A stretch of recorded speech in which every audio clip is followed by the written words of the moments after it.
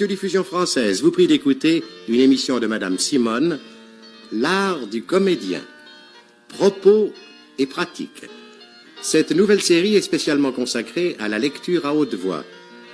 Aujourd'hui, Gilbert Villon dit le discours prononcé à l'Académie française par Monsieur de Buffon le jour de sa réception.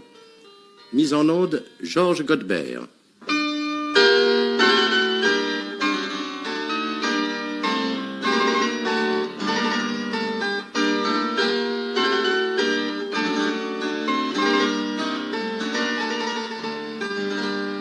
Aujourd'hui, nous allons entendre M. Gilbert Villon nous lire le discours prononcé à l'Académie française par M. Buffon le jour de sa réception, le 25 août 1753. Alors, nous l'écoutons. Messieurs, vous m'avez comblé d'honneur en m'appelant à vous. Ah, je vous arrête tout de suite, Oui. je vous demande pardon. J'ai assisté à pas mal de séances académiques. Les personnes qui se présentent ont toujours un ton, je ne dirais pas d'humilité, mais de profonde modestie. Comme vous savez, n'est-ce pas? On dit Monsieur Untel se lève pour son remerciement, c'est la formule. Par conséquent, c'est le ton d'un remerciement. Messieurs, vous m'avez comblé d'honneur en m'appelant à vous. Mais la gloire n'est un bien qu'autant qu'on en est digne. Et je ne me persuade pas que quelques essais écrits sans art et sans autre ornement que celui de la nature soient des titres suffisants pour oser prendre place parmi les maîtres de l'art. Alors vous voyez déjà à Oui. quel point, en effet, la modestie là est visible, et même l'humilité, parce qu'en fait, il décide lui-même que ses écrits sont écrits sans art, alors que c'est une prose française magnifique. Alors, bien vous pénétrez de ce ton. Et alors, je voudrais même tout de suite un peu plus de largeur, Oui. parce que c'est une époque, enfin, où le style réclamait vraiment beaucoup de largeur, d'ampleur. Messieurs, vous m'avez comblé d'honneur en Voilà. m'appelant à vous. Voilà. Voilà le ton. Mais la gloire n'est un bien qu'autant qu'on en est digne. Et je ne me persuade pas que quelques essais écrits sans art et sans autre ornement que celui de la nature soient des titres suffisants pour oser prendre place parmi les maîtres de l'art, Bien. parmi les hommes éminents qui représentent ici la splendeur littéraire de la France, et dont les noms, célébrés aujourd'hui par la voix des nations, retentiront encore avec éclat dans la bouche de nos derniers neveux. Vous avez eu, messieurs, d'autres motifs en jetant les yeux sur moi. Vous avez voulu donner à l'illustre compagnie à laquelle j'ai l'honneur d'appartenir depuis longtemps une nouvelle marque de considération. Ma reconnaissance, quoique partagée, n'en sera pas moins vive. Mais comment satisfaire au devoir qu'elle m'impose en ce jour? Je n'ai, messieurs, à vous offrir que votre propre bien. Ce sont quelques idées sur le style que j'ai puisées dans vos ouvrages. C'est en vous lisant, c'est en vous admirant qu'elles ont été conçues. C'est en les soumettant à vos lumières qu'elles se produiront avec quelque succès. C'est bien. Encore un petit peu plus articulé, mais c'est bien, voyez-vous, le ton est très bon. Le ton est très bon. Alors remarquez comme c'est intéressant, parce qu'en fait ce discours-là, tout de même, a un objet, alors que de nos jours, il n'y a que l'éloge de la personne qui vous a précédé, tandis que là, il y a ce merveilleux discours sur le style, auquel on peut toujours se référer. Avec profit, avec profit. Je n'ai, messieurs, à vous offrir que votre propre bien. Ce sont quelques idées sur le style que j'ai puisées dans vos ouvrages. C'est en vous lisant, c'est en vous admirant qu'elles ont été conçues. C'est en les soumettant à vos lumières qu'elles se produiront avec quelque succès.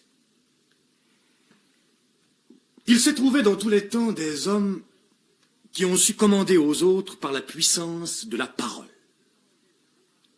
Ce n'est néanmoins que dans les siècles éclairés que l'on a bien écrit et bien parlé. La véritable éloquence suppose l'exercice du génie et la culture de l'esprit. Elle est bien différente de cette facilité naturelle de parler qui n'est qu'un talent, une qualité accordée à tous ceux dont les passions sont fortes, les organes souples et l'imagination prompte. Ces hommes sentent vivement, s'affectent d'eux-mêmes, le marquent fortement au dehors, et par une impression purement mécanique, ils transmettent aux autres leur enthousiasme et leurs affections. C'est le corps qui parle au corps. Tous les mouvements, tous les signes concourent et servent également. Que faut-il pour émouvoir la multitude et l'entraîner? Que faut-il pour ébranler la plupart même des autres hommes et les persuader? Un ton véhément et pathétique, des gestes expressifs et fréquents, des paroles rapides et sonnantes. Mais pour le petit nombre de ceux dont la tête est ferme, le goût délicat et le sens exquis, et qui, comme vous, messieurs, comptez pour peu le ton, les gestes et le vain son des mots, il faut des choses, des pensées, des raisons. Il faut savoir les présenter, les nuancer, les ordonner. Il ne suffit pas de frapper l'oreille et d'occuper les yeux, il faut agir sur l'âme et toucher le cœur en parlant à l'esprit. C'est très bien, c'est très très bien. Je ne vous demanderai qu'une seule modification, c'est que, oui, il y a une question. Vous savez, quand il pose les questions, c'est qu'on sente davantage la question. Oui. C'est la seule chose dans votre lecture. Parce que c'est très bien ce que vous faites. Parce que c'est parfaitement clair, c'est parfaitement ordonné, comme dit Buffon. Et non seulement ça, mais vous gardez malgré tout le ton du lecteur. Car, et c'est d'autant plus nécessaire qu'en effet, le discours est toujours lu. Par conséquent, vous nous donnez bien l'impression de M. de Buffon reçu à l'Académie. C'est très bien. Vous voyez comme il est poli avec eux. Hein. Oui. Je reprends un peu plus haut. Non, ce n'est pas la peine, parce que vraiment ce que vous faites est très très bon. Continuez. Le style n'est que l'ordre et le mouvement qu'on met dans ses pensées. Si on les enchaîne étroitement, si on les serre, le style devient ferme, nerveux et concis. Si on les laisse se succéder lentement et ne se joindre qu'à la faveur des mots, quelque élégant qu'il soit, le style sera diffus, lâche et traînant. Bien, eh bien, si nos auteurs modernes disaient ça, ils seraient bien étonnés, hein, ou plutôt bien embarrassés. C'est très amusant quand on voit qu'il y a le mouvement surréaliste qui, au fond, contredisait tout ça, n'est-ce pas? Il voulait au contraire que les choses soient discontinuées. C'était dans la mesure où elles étaient discontinuées et illogiques que ça leur paraissait voisin du rêve, d'ailleurs, du mouvement lyrique et que ça les intéressait. Mais vous voyez comme c'est beau, ça, c'est le style de la grande époque. Revenons-y le plus possible. Continuez. Mais avant de chercher l'ordre dans lequel on présentera ses pensées, il faut s'en être fait un autre, plus général et plus fixe, où ne doivent entrer que les premières vues et les principales idées. C'est en marquant leur place sur ce premier plan qu'un sujet sera circonscrit et que l'on en connaîtra l'étendue. C'est en se rappelant sans cesse ces premiers linéaments qu'on déterminera les justes intervalles qui séparent les idées principales et qu'il naîtra des idées accessoires et moyennes qui serviront à les remplir. C'est très bien. Alors là, je vous arrête aussi pour vous faire remarquer, parce que c'est très intéressant pour vous et pour vos camarades, à quel point ce que Buffon dit du style est vrai pour l'art du comédien. Quand je vous dis, il faut d'abord l'idée directrice. Voyez d'abord ce qui est le sentiment essentiel. Quand vous aurez traduit le sentiment essentiel, vous en viendrez aux nuances que vous ajouterez au sentiment essentiel. C'est exactement l'équivalent de ce qu'il dit pour le style. Ce qui prouve à quel point tous les arts, tout de même, ont une souche commune et un devoir commun. Et comme quand on veut vraiment aller dans la direction classique, on en revient toujours à ce sentiment-là et à ces préceptes-là. Ah oui, exact. Alors continuez maintenant. Par la force du génie, on se représentera toutes les idées générales et particulières sous leur véritable point de vue. Par une grande finesse de discernement, on distinguera les pensées stériles des idées fécondes. Par la sagacité que donne la grande habitude d'écrire, on sentira d'avance quel sera le produit de toutes ces opérations de l'esprit. Pour peu que le sujet soit vaste ou compliqué, il est bien rare qu'on puisse l'embrasser d'un coup d'œil, ou le pénétrer en entier d'un seul et premier effort de génie. Et il est rare encore qu'après bien des réflexions, on en saisisse tous les rapports. On ne peut donc trop s'en occuper. C'est même le seul moyen d'affermir, d'étendre et d'élever ses pensées. Plus on leur donnera de substance et de force par la méditation, plus il sera facile ensuite de les réaliser par l'expression. Ce plan n'est pas encore le style, mais il en est la base. il le soutient, il le dirige, il règle son mouvement et le soumet à des lois. Sans cela, le meilleur écrivain s'égare, sa plume marche sans guide et jette à l'aventure des traits irréguliers et des figures discordantes.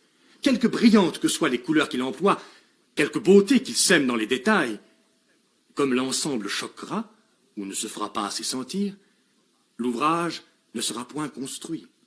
Et en admirant l'esprit de l'auteur, on pourra soupçonner qu'il manque de génie. C'est par cette raison que ceux qui écrivent comme ils parlent, quoiqu'ils parlent très bien, écrivent mal. Que ceux qui s'abandonnent au premier feu de leur imagination prennent un ton qu'ils ne peuvent soutenir. Que ceux qui craignent de perdre les pensées isolées, fugitives, et qui écrivent en différents temps des morceaux détachés, ne les réunissent jamais sans transition forcée. Qu'en un mot, il y a tant d'ouvrages faits de pièces de rapport, et si peu qui soient fondus d'un seul jet. C'est admirable. C'est bien ce que vous dites, mais c'est admirable, admirable, admirable. Et nous, comédiens, nous pouvons en faire notre profit. Parce que tout ceci est vrai pour notre art exactement de la même manière, voyez-vous. Même ce qui dit de la discontinuité, c'est très, très frappant, parce que nous connaissons, nous avons connu des acteurs qui avaient en effet une espèce d'inspiration de génie et qui, malgré tout, par le fait qu'ils n'avaient pas le sens de la construction, n'arrivaient jamais à la perfection. Alors, quand on vient me dire qu'il faut que les comédiens s'abandonnent, que c'est bien, alors il vaut mieux dire tout de suite qu'il faut boire un bon coup avant d'entrer en scène et puis voir ce qui arrive. Tout de même, gardons la tête froide et le cœur chaud, mais gardons la tête froide. C'est admirable. Lisez ça, vraiment, c'est un régal d'entendre ça. Et vous le lisez très bien. Vous avez introduit les nuances qu'il fallait, vous avez introduit la largeur qu'il fallait, une très bonne accentuation. Vraiment, je suis très, très contente de vous. Très contente. Continuez pour notre plaisir. Puis alors, moi, il ne me reste plus rien à faire qu'à écouter. Pour une fois, c'est bien agréable. Pourquoi les ouvrages de la nature sont-ils parfaits? Ah, là, nous ne sommes pas tout à fait d'accord avec lui, mais enfin, ça ne fait rien. Parce qu'en fait, il me semble que l'intérieur de l'homme aurait pu être fait d'une façon plus commode. Oui. Mais ça, c'est un autre point de vue. Continuez. C'est que chaque ouvrage est un tout. Et qu'elle travaille sur un plan éternel, dont elle ne s'écarte jamais. Elle prépare en silence les germes de ses productions. Elle ébauche par un acte unique la forme primitive de tout être vivant. Elle le développe, elle le perfectionne par un mouvement continu et dans un temps prescrit. L'ouvrage est homme. Mais c'est l'empreinte divine dont il porte les traits qui doit nous frapper. L'esprit humain ne peut rien créer. Il ne produira qu'après avoir été fécondé par l'expérience et la méditation. Ses connaissances sont les germes de ses productions.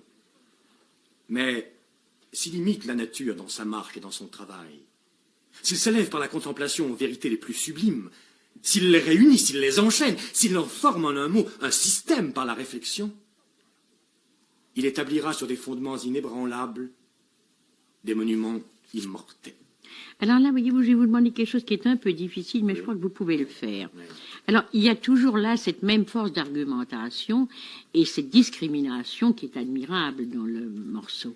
Mais il fait allusion là à quelque chose qui est presque religieux, n'est-ce pas, vous voyez, car en effet, à l'époque, il n'aurait pas été possible de faire autrement, et peut-être ce grand biologiste de l'époque il est fort probable qu'il était en effet croyant, puisqu'il dit les ouvrages de la nature sont parfaits. Alors, par le fait même qu'il fait allusion là, court sous les mots, une émotion qui est une émotion un petit peu plus de nature plus élevée, plus particulière, plus métaphysique que dans le reste, il faudrait peut-être, je ne dirais pas plus de solennité, il n'en faut jamais nulle part, mais disons un peu plus de gravité. C'est-à-dire que vous pouvez introduire là un accent qui ne soit pas un accent lyrique, mais qui tout de même y ressemble un peu. Alors vous allez le reprendre en essayant ça, je crois que ce serait très intéressant. À partir des ouvrages de la nature sont parfaits. Pourquoi les ouvrages de la nature sont-ils si parfaits? C'est que chaque ouvrage est un tout. Voilà. Et qu'elle travaille sur un plan éternel, Voilà. dont elle ne s'écarte jamais. Elle prépare en silence les germes de cette Et alors, en silence, c'est très beau tout ça, n'est-ce pas? Elle prépare en silence les Elle prépare germes. en silence. Elle ne s'en écarte jamais. Oui. Elle prépare en silence les germes de ses productions. Elle ébauche par un acte unique la forme primitive de tout être vivant. Elle la développe, elle la perfectionne par un mouvement continu et dans un temps prescrit. C'est ça. Et alors, perfectionne, amusez-vous bien du mot, il est beau, n'est-ce pas? Elle le perfectionne. Elle la développe, elle la perfectionne Voilà. par un mouvement continu et dans un temps prescrit. L'ouvrage étonne, mais c'est l'empreinte divine dont il porte les traits qui doit nous frapper. L'esprit humain ne peut rien créer. Il ne produira qu'après avoir été fécondé par l'expérience et la méditation. Ses connaissances sont les germes de ses productions.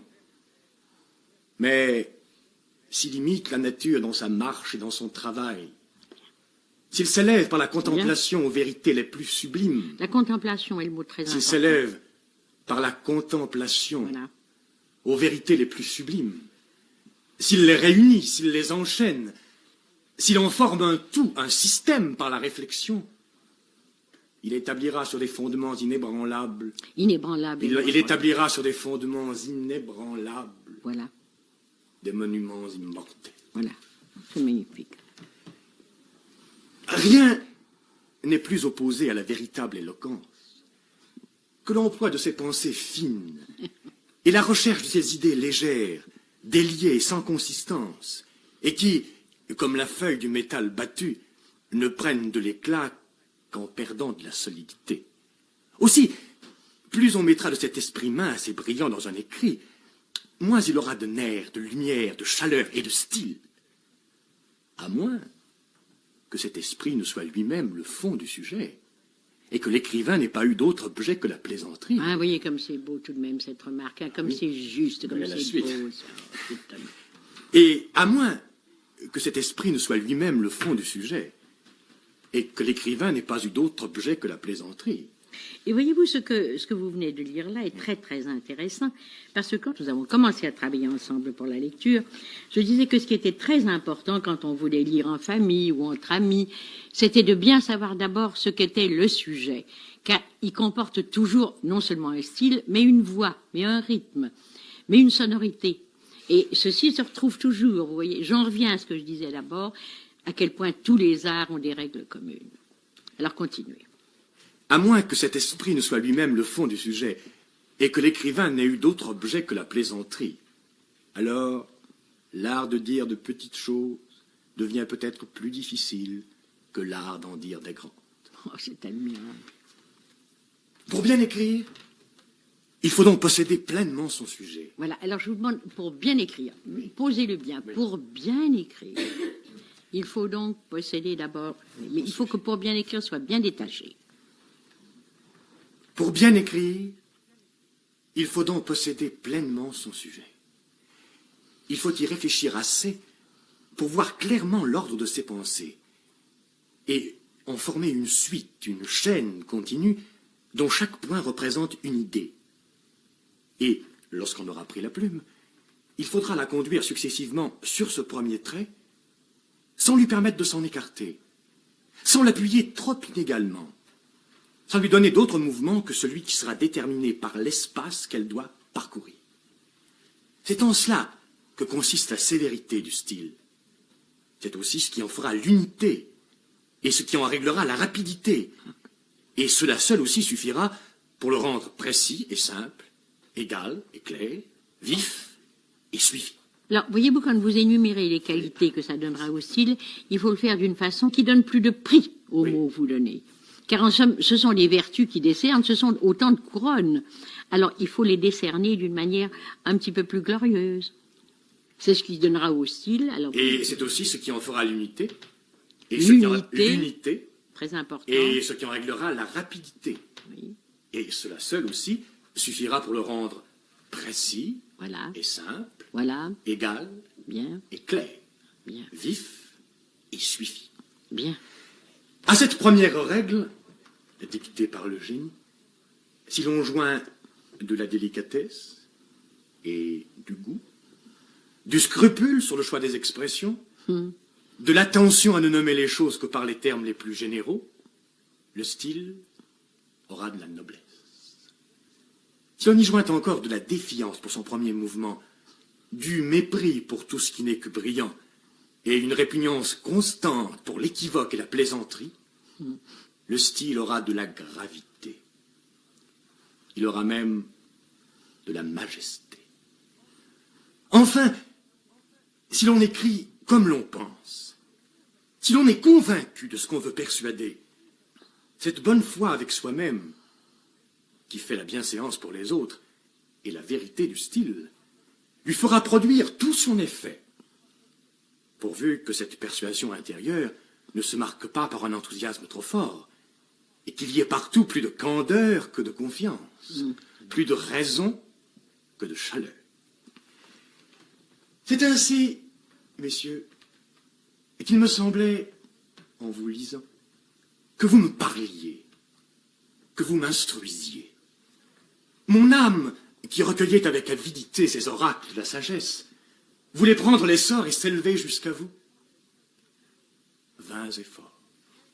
Les règles, disiez-vous encore, ne peuvent suppléer au génie. S'il manque, elles seront inutiles. Bien écrit, c'est tout à la fois bien penser, bien sentir et bien rendre. C'est avoir en même temps de l'esprit, de l'âme et du goût. Ici, messieurs, l'application ferait plus que la règle. Les exemples instruiraient mieux que les préceptes. Mais, comme il ne m'est pas permis de citer les morceaux sublimes qui m'ont si souvent transporté en lisant vos ouvrages, Bien. je suis contraint de me borner à des réflexions. Voilà, et nous aussi, nous sommes contraints de nous borner parce que la pendule nous ordonne qu'il faut nous arrêter. Mais nous allons reprendre ça la semaine prochaine.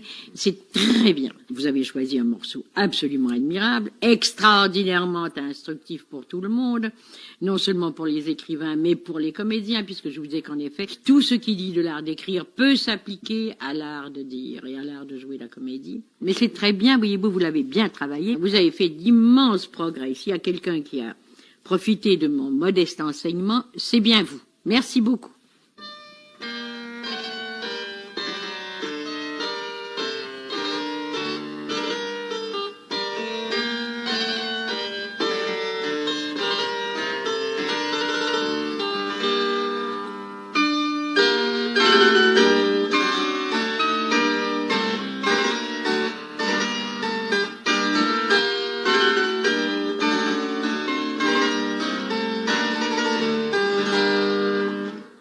La radiodiffusion française vous a présenté une émission de Madame Simone, L'art du comédien, propos et pratique.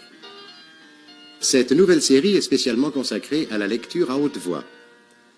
Aujourd'hui, Gilbert Villon a dit le discours prononcé à l'Académie française par M. de Buffon le jour de sa réception.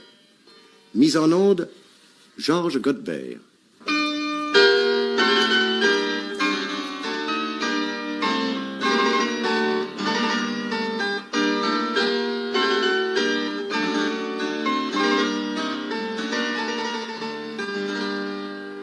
Nous rappelons aux auditeurs et aux jeunes comédiens qui s'intéressent à l'émission de Madame Simone et qui désireraient assister aux séances de travail de l'art du comédien que celles-ci ont lieu chaque jeudi à 13h45 au Club d'Essai. Tout renseignement concernant les conditions d'admission sont communiqués sur place. Nous répétons, émission de Madame Simone chaque jeudi à 13h45 au Club d'Essai, 37 rue de l'Université. Métro Bac.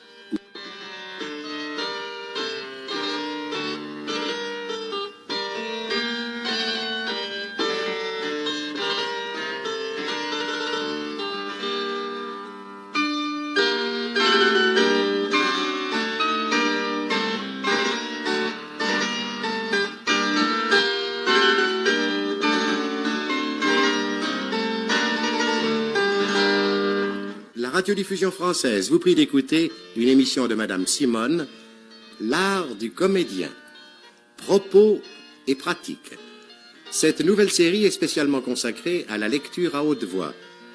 Aujourd'hui, Gilbert Villon dit le discours prononcé à l'Académie française par M. de Buffon le jour de sa réception. Mise en onde, Georges Godbert.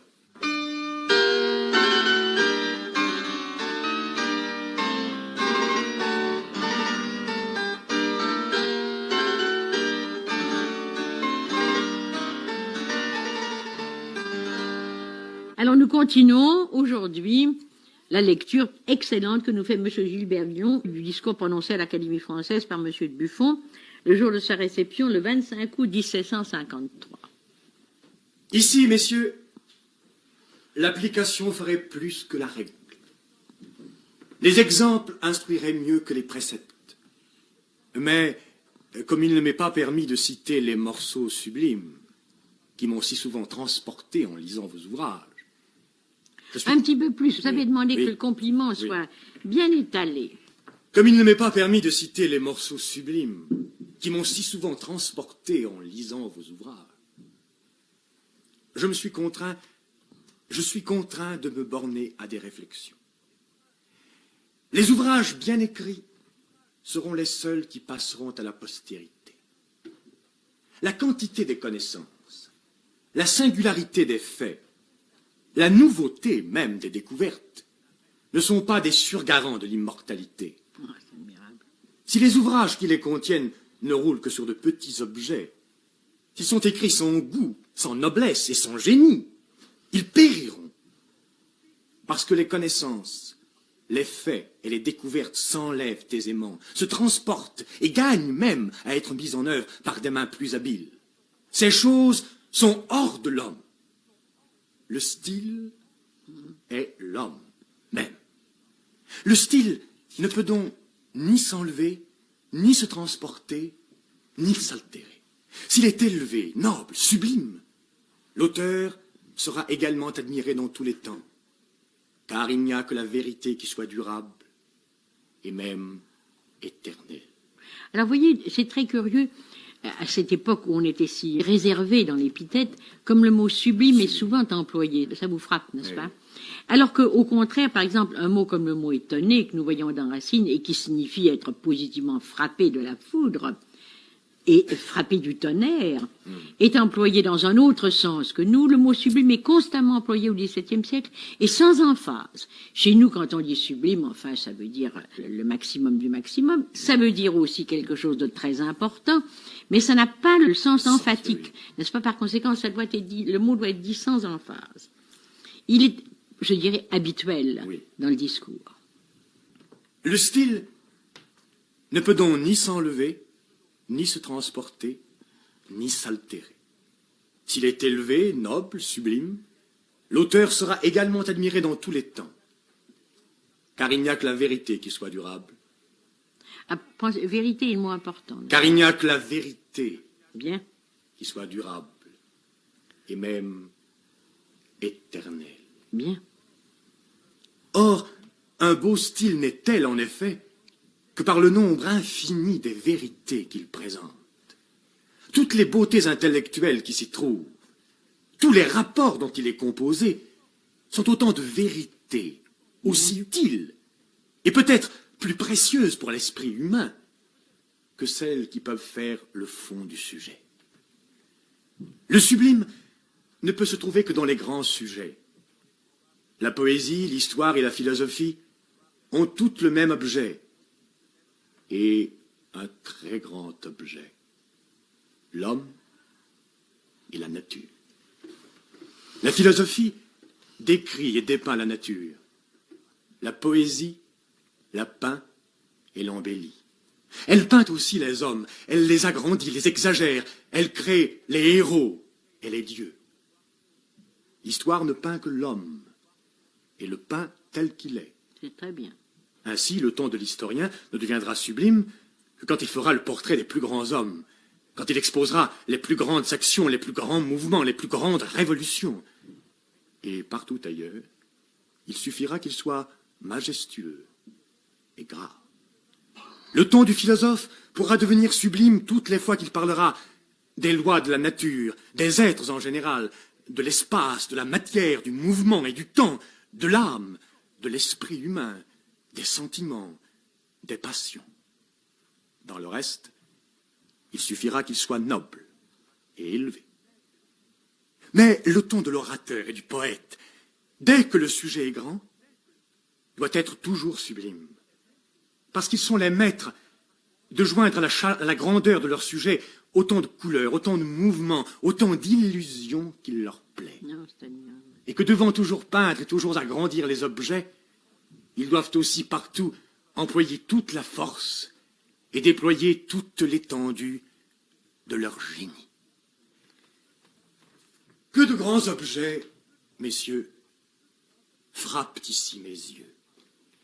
Et de quel style et quel ton faudrait-il employer pour les peindre et les représenter dignement? L'élite des hommes est assemblée. Ah, vous voyez comme il est poli, hein. La sagesse est à leur tête.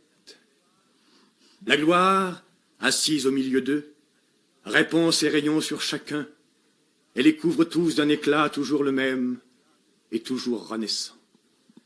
Des traits d'une lumière encore plus vive partent de sa couronne immortelle et vont se réunir sur le front auguste du plus puissant et du meilleur des rois. Je le vois, ce héros, ce prince adorable, ce maître si cher. Quelle noblesse dans tous ses traits, quelle majesté dans toute sa personne, que d'âme et de douceur naturelle dans tous ses regards. Il les tourne vers vous, messieurs, et vous brillez d'un nouveau feu. Une ardeur plus vive vous embrase. J'entends déjà vos divins accents et les accords de vos voix. Vous les réunissez pour célébrer ses vertus, pour chanter ses victoires, pour applaudir à notre bonheur. Vous les réunissez pour faire éclater votre zèle, exprimer votre amour et transmettre à la postérité des sentiments dignes de ce grand prince et de ses descendants. Quel concert! Ils pénètrent mon cœur. Ils seront immortels comme le nom de Louis. Dans le lointain, quelle autre scène de grands objets? Le génie de la France, qui parle à Richelieu et lui dicte à la fois l'art d'éclairer les hommes et de faire régner les rois. La justice et la science, qui conduisent Séguier et l'élèvent de concert à la première place de leurs tribunaux. La victoire, qui s'avance à grands pas et précède le char triomphal de nos rois. Où Louis le Grand, assis sur des trophées, d'une main donne la paix aux nations vaincues, et de l'autre rassemble dans ce palais les muses dispersées. Vous avez un peu lâché votre articulation Oui, sur Donne oui. la paix aux nations vaincues, vous l'avez senti? Oui, oui. Non, ça c'est très bien. C'est très bien, et vous avez raison, n'est-ce pas, si c'était une simple lecture, je vous dirais que il y a peut-être un petit peu trop d'action, Oui. de chaleur. Oui. Mais en somme, c'est un discours. C'est un Et vous discours. avez raison C'est de la le prononcer péroraison du comme un discours. Encore une fois, ça se rapporte à ce que je disais, c'est qu'au moment de lire, il faut savoir ce qu'on lit. Eh bien, vous lisez un discours et vous le lisez comme un discours, c'est très bien. La victoire qui s'avance à grands pas et précède le char triomphal de nos rois, où Louis le Grand, assis sur des trophées, d'une main donne la paix aux nations vaincues, Bien. et de l'autre rassemble dans ce palais les muses dispersées. Et près de moi, messieurs, quel autre objet intéressant? La religion en pleurs, qui vient emprunter l'organe de l'éloquence pour exprimer sa douleur, et semble m'accuser de suspendre trop longtemps vos regrets sur une perte que nous devons tous ressentir avec elle. C'est très bien, c'est très très bien. Et vous voyez, il est extrêmement intéressant, il aura un autre point de vue, mais je vous le fais remarquer tout de même, c'est à quel point l'éloge du prédécesseur est escamoté, car enfin c'est juste dans les dernières lignes que vous avez vu qu'il est question tout de même d'un deuil. Oui. Et c'est très très bien. Et alors voyez-vous, encore une fois, je vous répète, et je le répète pour ceux qui vont vous suivre, et pour ceux qui veulent profiter de ces leçons de lecture chez eux, il est très important d'abord, je vais m'en rapporter à Buffon, de chercher le sujet. Eh bien, là, non seulement il y a le sujet, mais il y a la façon dont il a été traité, et c'était un discours. Par conséquent, il est tout naturel qu'il y ait une prise de parti plus importante, qu'il y ait plus de chaleur que dans une lecture qui est simplement la relation, par exemple, une lecture d'un chapitre de roman, ou par exemple les lettres des provinciales, qu'a lu une de vos camarades l'autre jour, fort bien d'ailleurs. Eh bien, il est certain que quand on a à traduire pour l'auditeur un discours, on doit y apporter plus de chaleur et une prise à partie plus directe. Et par conséquent, vous avez très bien fait d'adopter ce ton. Je trouve que vous l'avez très bien lu, toutes les incidentes ont été très bien marquées et vous avez très bien observé la règle qui nous donne lui-même, c'est-à-dire qu'il faut d'abord voir quel est l'essentiel et quelles sont ensuite les nuances qu'il faut rattacher à l'essentiel. Non, c'est très très bien. Est-ce que ça vous a donné beaucoup de mal à travailler? Beaucoup de mal. Ah oui, et d'où est venue la difficulté? Ça m'intéresse beaucoup parce que les difficultés sont entièrement vaincues dans ce que nous avons entendu. Et comme avant de commencer l'autre semaine, vous m'aviez dit ça m'a donné beaucoup de mal, je voudrais savoir où a été la difficulté pour vous, parce que c'est très intéressant. Eh bien, quand on survole la chose la première fois, Oui. on est un peu quand même effrayé par l'abstrait de la chose. quand Ah même. oui, le ton soutenu. Le ton soutenu Oui. et toutes ces nuances et toutes ces Oui, choses oui. paraissent loin. Oui, oui, oui. Évidemment, on est habitué maintenant, dans le style, même dans le bon style, à quelque chose de beaucoup plus concret. On traite des matières plus concrètes. Oui. Mais tout de même, vous pourriez prendre certains textes que je pourrais vous citer, modernes, dans lesquels vous trouveriez des choses à Oui, peu près ça, équivalentes, certainement. n'est-ce pas? Il est évident. Pas dans les discours de réception de l'Académie française. Je ne crois pas, où en général on est dans le concret. Mais par exemple, il y a certains articles de Valéry dans des volumes qui s'appellent Variétés, où il y a des choses qui sont aussi des choses abstraites comme ça. Et si vous aviez à les lire, vous auriez la même impression. Oui. Mais ce qui est très bon dans votre lecture, c'est que vous avez éclairé. C'est que ça ne donne pas l'impression d'une chose. Oui. Et alors, j'ai senti que sous cette abstraction, il y avait quand même une conviction profonde. Ah, une conviction profonde. Et ce qu'il dit est admirable quand il dit que les ouvrages ne traversent les siècles que par le style, c'est parfaitement vrai. Oui. Et une sorte de passion même. Mais oui, parfaitement, une passion qui crée la chaleur et que le style arrive à, je ne dirais pas à domestiquer, mais tout de même à la prendre en forme. Oui, apprendre. Regardez, par exemple, voilà un ouvrage comme Manon Lescaut. Il n'y a pas d'intrigue plus banale que celle de Manon Lescaut. Pourquoi est-ce que Manon Lescaut a traversé des siècles? C'est à cause du style. Bien sûr. Regardez les pièces de Marivaux. Ce sont des sujets qui, en somme, sont toujours les mêmes, c'est-à-dire l'erreur sur la personne. L'amoureux déguisé en valet de chambre, la femme qui aime, prétendant qu'elle est entièrement donnée au regret d'un mari. Eh bien, c'est toujours, en somme, la même chose qui est très intéressant, parce qu'il y a eu chez Marivaux, là, on dirait aujourd'hui un complexe, mais quelque chose qu'il faudrait retrouver, et qui est certainement le fait d'avoir souffert d'une erreur. Il y a une erreur d'interprétation sur la personne, car toujours nous retrouvons le même problème dans les pièces. Eh bien, pourquoi est-ce que ces pièces, qui pourraient avoir quelques monotonies, ont toutes quelque chose de tellement précieux? C'est le style. Et vous savez que je viens de retrouver justement, et je voulais presque le dire à la place de ça, la page de Marivaux où il parle de cette erreur d'interprétation sur la personne. Ah, ben je ne la connais pas, voyez-vous, alors ça m'intéresse C'est dans énormément. le Spectateur français, c'est la première feuille du Spectateur français. Ah bien, je ne la connais pas. Alors, je suis très contente que vous me l'indiquiez, parce que j'ai toujours été frappée de ça, et dans la mesure où la psychanalyse me passionne, Et c'est exact. je me suis toujours dit, il y a certainement eu quelque chose dans sa vie qui a tenu à une erreur sur une personne, car enfin, on peut se tromper sur le fait que quelqu'un, en effet, est gentilhomme ou est valet, que quelqu'un est encore affligé ou ne l'est pas, mais il y a d'autres erreurs encore beaucoup plus profondes et qui viennent des mensonges des êtres. Eh bien, c'est exactement ce qu'il raconte. Ah, mot, ben, c'est mot très pour mot. intéressant. Je voulais l'apporter, Oui. je ne l'ai malheureusement pas apporté, c'est très court, je vous l'aurais lu. Ah, c'est dommage. vous ne Et l'aimez pas, oui. il est amoureux d'une jeune personne, il a 18 ans, et il admire la spontanéité, la grâce et les attraits de cette personne. Pauvre et un garçon. jour qu'il a Oui, oublié oui. un gant, Oui. il retourne chez lui et il découvre cette personne en train d'étudier, mot pour mot, geste pour Ah, geste, c'est admirable. dans son miroir, Ah, c'est admirable. tout ce qui faisait son charme. C'est une histoire admirable. Oui. Et il dit textuellement, jusqu'ici, je n'avais vu que les grâces, maintenant, je vois les ficelles. Oui. Il dit ça textuellement. Il dit le mot ficelle. Il dit le mot ficelle. C'est admirable. Je vois les ficelles et il ajoute dans une très courte phrase merveilleuse, il ajoute, et c'est depuis ce qui m'a donné cette misanthropie sur les êtres. Ah ben voilà. Je m'étais trompé et Eh ben voilà. toute ma vie, dans mon œuvre, Ouais. j'ai fait ça. En fait. Ah ben Voyez-vous. écoutez, alors je suis vraiment très contente de ce que vous dites parce que j'ai souvent avancé ça, je ne connaissais pas cette page et on me disait mais qu'est-ce qui vous permet tout de même de dire ça? Je disais la continuité du thème, enfin qui a naturellement prend tel ou tel aspect, mais avec des variations très faibles. Et on voit très bien à quel point toujours il y a l'obsession, une obsession qui est celle de l'erreur sur la personne. Oui.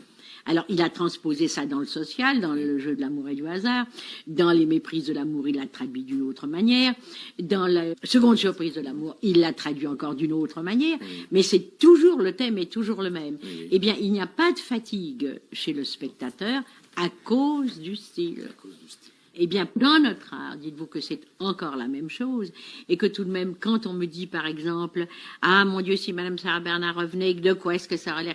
Mais quelle erreur!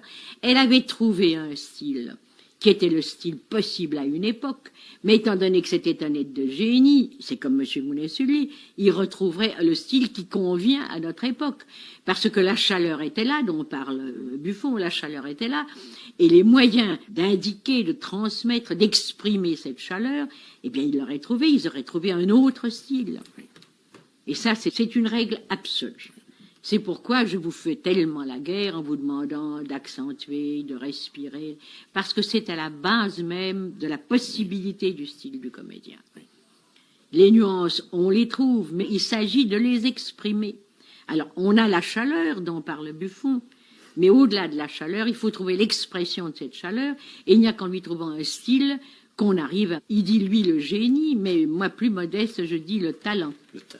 Car en effet, on se servait beaucoup du mot génie, comme du mot sublime. Vous remarquez, oui. Comme le mot génie revient constamment, alors que maintenant, nous sommes beaucoup plus avares de ces deux mots. Oui. Alors que nous employons au contraire d'autres mots qui étaient très forts à l'époque, que nous les employons couramment, qui sont détournés de leur sens et de leur vigueur. Alors, je vous remercie parce que c'était vraiment excellent.